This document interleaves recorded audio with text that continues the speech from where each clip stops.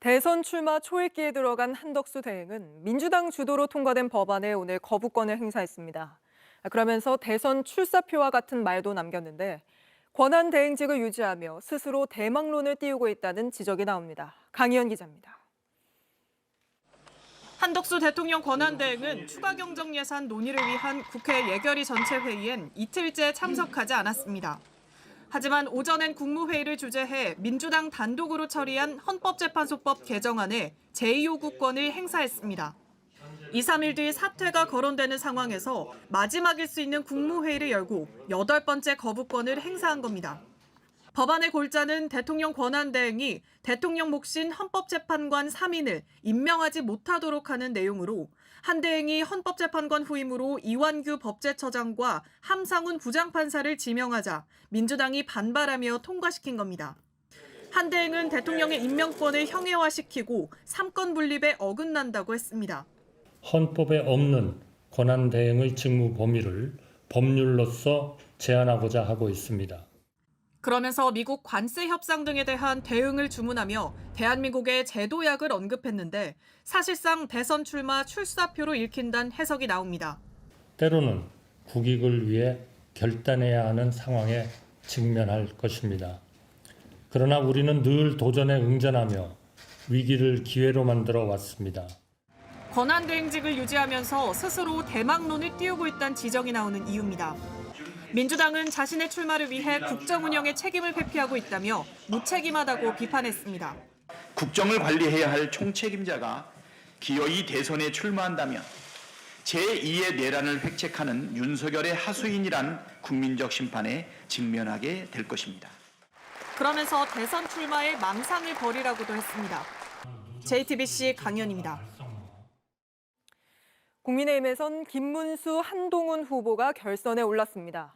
탄핵 반대와 탄핵 찬성 후보가 1대1로 맞붙게 된 건데 한덕수 권한대행과의 단일화가 쟁점이 될 걸로 보입니다. 먼저 최연수 기자입니다. 국민의힘 3차 경선에 진출한 김문수, 한동훈 후보는 각오를 다졌습니다. 이재명하고 누가 싸워서 제대로 이길 수 있겠느냐. 이 경쟁이기 때문에 우리는 아직까지 싸움이면서도 동시에 협력이다. 저는 1차, 2차, 3차 경선 다 전략이 같습니다. 민심을 따를 겁니다. 솔직할 겁니다. 그리고 제가 한 말을 지킬 겁니다. 그리고 서서 죽을 각오로 끝까지 싸울 겁니다. 세 번째 대권 도전에 실패한 홍준표 후보는 정계 은퇴를 선언했습니다. 정치 인생을 오늘로서 졸업하게 돼서 정말 고맙습니다. 이제 시민으로 돌아가겠습니다. 안철수 후보는 최종 후보를 지원하겠다고 했습니다. 누가 최종 후보가 되든 이재명 맞고 정권 교체 이루는데 제 힘 바치겠습니다. 김 후보와 한 후보는 내일 양자 토론을 벌이게 되는데 탄핵에 대한 입장뿐 아니라 출마 선언이 임박한 한덕수 대통령 권한대행과의 단일화를 두고도 논쟁을 벌일 걸로 보입니다.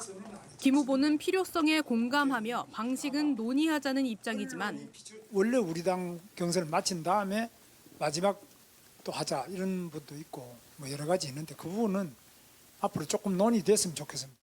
한 후보는 가능성을 열어두면서도 경선 도중 단일화를 언급하는 건 부적절하다고 했습니다. 어떤 빅텐트가 꾸려지더라도 당연히 우리 국민의힘 후보 중심으로 이루어져야 합니다. 연합만을 목표로 너무 앞서가면 그건 패배주의적인 생각입니다. 최종 후보는 당원 투표 50%, 국민 여론조사 50%로 오는 3일 확정됩니다. JTBC 최연수입니다. 국민이 불러냈다. 자, 떠난 사람이 있으면 들어오는 사람도 있겠죠. 네. 자, 국민의힘 2명의 대선 경선 결승 진출자가 정해졌지만 정작 한덕수 권한대행에 대한 관심이 커지고 있는 모습 여러 가지로 분석이 되고 있는데요. 지금 국민의힘과 한덕수 대행 간의 어떤 역할을 하고 있는 걸로 드러난 정대철 헌정회장이 한 대행의 출마는 좀 불가피하다라고 주장을 했습니다. 네. 왜 그러냐? 국민이 바로 불러냈기 때문이다. 이렇게 주장을 했는데 먼저 들어보시죠. 말씀드린 대로 국민적 요청이라고 할까, 국민적 지지가 자꾸 늘어나서 많아져서요. 국민이 불러낸 것이라고 저는 그렇게 봅니다. 어쩔 수 없이 지금 안 나갈 수 없게끔 지금 된 분위기로. 자, 다시 얘기해서 본인은 나가고 싶은 게 아니라 권력욕이 있는 게 아니라 국민이 불러내니까 어쩔 수 없이 출마할 수밖에 없다. 뭐 이런 논리인 셈입니다. 그러니까 그 국민이 불러서 나온다 이 말이 그 출마 명분을 내세울 때 종종 쓰여왔었는데 실제로 한덕수 대행도 그런 경우인가요? 뭐 그렇게 볼 수 있다라는 것이죠. 말씀하신 것처럼 주로 지지율이 어느 정도 나오는 정치 신인급의 대선 주자들이 출마할 때 즐겨 쓰는 표현이 바로 국민이 불러냈다 이런 표현인데요. 네. 주로 선출직 경험이 없는 정치 신인들이 국민을 앞세운다 이런 분석이 있습니다.